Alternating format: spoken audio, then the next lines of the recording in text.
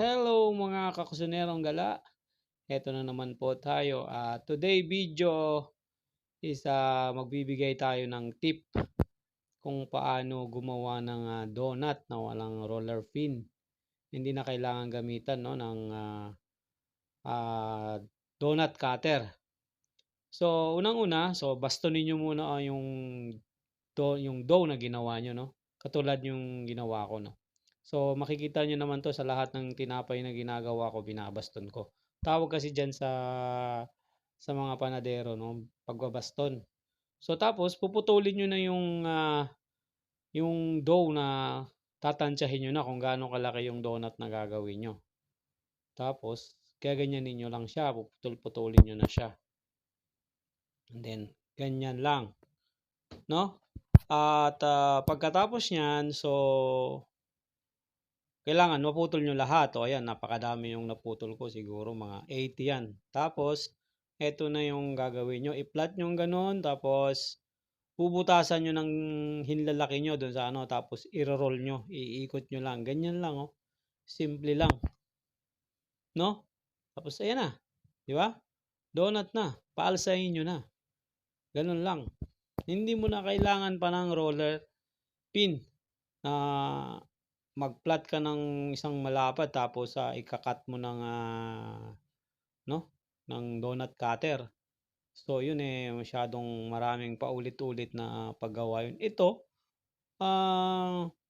bastonin mo lang tapos magputol ka ng tamang kung anong size na gusto mo. And then ganyan, medyo paalsahin mo ng konti para pagkatapos mong putulin, paalsahin mo ng konti, siguro i-rest mo lang kahit mga 5 minutes o 3 minutes. Tapos gaganituhin mo na, no? Ganyan lang kadali.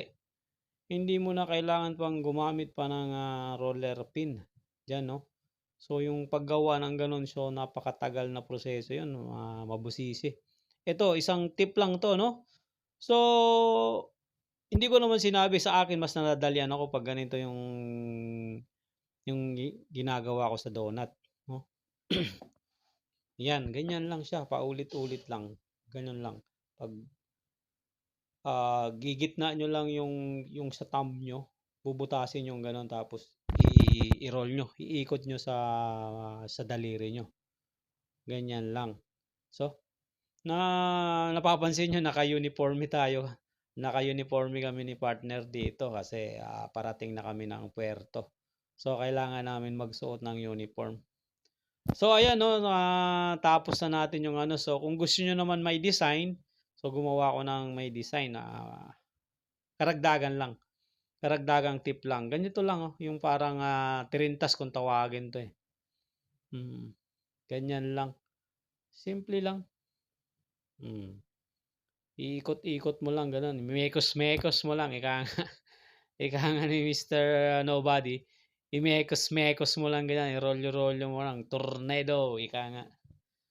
Tapos, ganon. Iyon. Twist.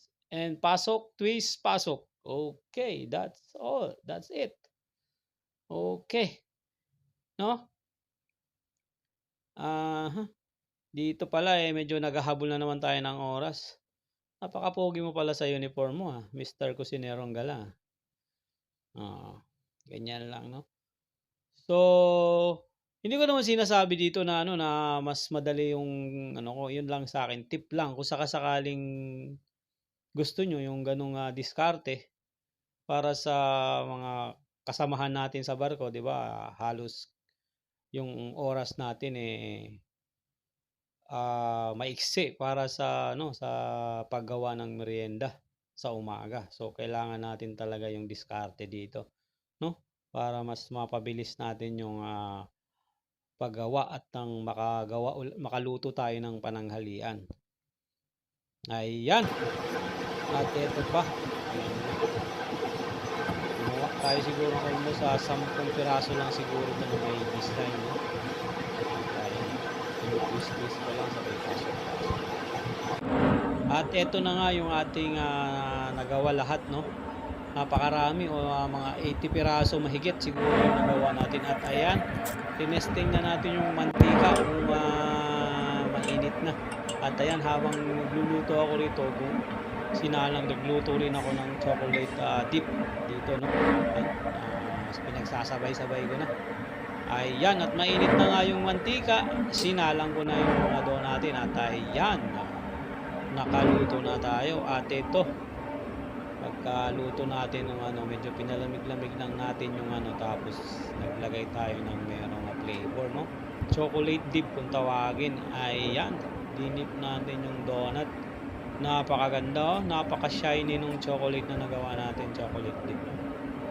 Ayan, ganyan lang, simple lang. Then nilagay natin ang chocolate sprinkle at ito na nga, tapos na yung ating merienda sa araw na ito. Sana may natutunan kayo. Salamat sa panonood. Bye bye, hanggang sa muli.